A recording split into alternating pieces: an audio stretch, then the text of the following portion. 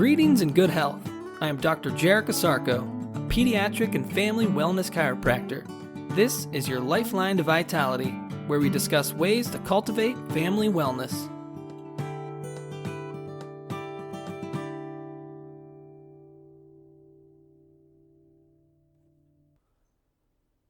Good day and great health. This is your Lifeline to Vitality. Today I want to pose a question. What is your time worth? What are you actually paying for when you go to a chiropractor? Most patients, including chiropractors, would give the usual responses: adjustment, treatment, chiropractic care, etc. Some might even get more specific and say things like subluxation detection and correction, or even to function at a higher potential. How about when you go to a medical doctor? What are you paying for? A diagnosis? A prescription? A confirmation of your fears? These responses are all well and good and truthful, some more than others. But the real thing you pay for when you go to a chiropractor, or any doctor for that matter, is their time. Paying for time is usually not the first thing you think about when you go to a chiropractor, but it is the foundation of a visit. I call it a visit because a visit is defined as spending time with someone for a particular purpose. That is exactly what we do. We spend time with our patients for the purpose of chiropractic care. What we do within that visit, x-rays, neurological scans, adjustment, subjective findings, and health recommendations, are all based on the framework of time. And our time frame is based on quality, not quantity. Why is that? Because things of quality have no fear of time. Why don't I base my visit on something tangible, such as an adjustment? For me, the patient does not equal an adjustment, or an x-ray, or a neurological scan. When you are seeing the patient as just an adjustment, then you will undoubtedly start to see the patient as a commodity.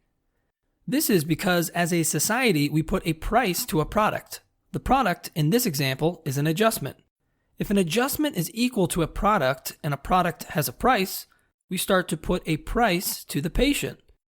I don't want you to think that making money or putting a price to the adjustment is inherently wrong, but it should not be the chiropractor's first intention.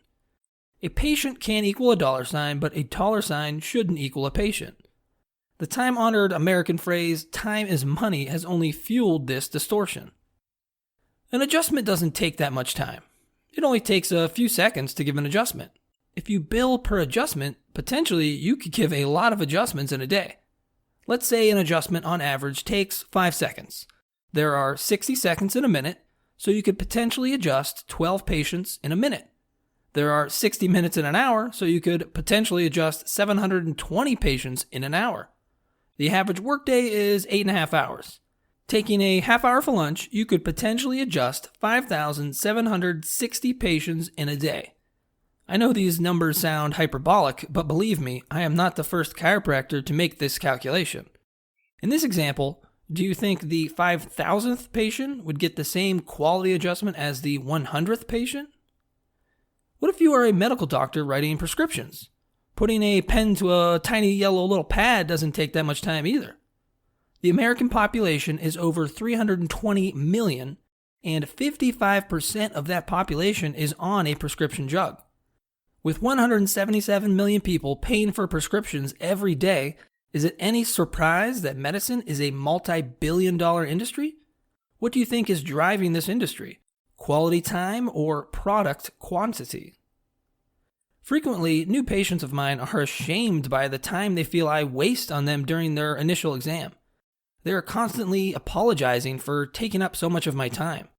Simultaneously, though, they are highly appreciative of the fact that I spend the time with them. I've noticed that the greatest amount of gratitude occurs during the x-ray analysis. Many patients tell me that over the years they have had numerous x-ray films taken, but no other healthcare provider actually sat down with them and discussed in detail what was found on the image. I think these feelings of time shame are in effect a spillover from previous experiences within the medical model. As doctors, we are here to serve. In my opinion, the patient doesn't work for me, and I don't necessarily work for the patient. We work together to solve the problem. This is because service is an act of helpful activity. I like this definition because it uses the word act twice. Health is a twofold action.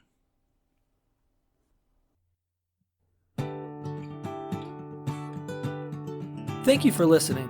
For even more information on how chiropractic can benefit you and your family, please check out my website, ohiospecific.com. That's ohiospecific.com. Until next time, remember to keep your head cool, feet warm, and your mind busy.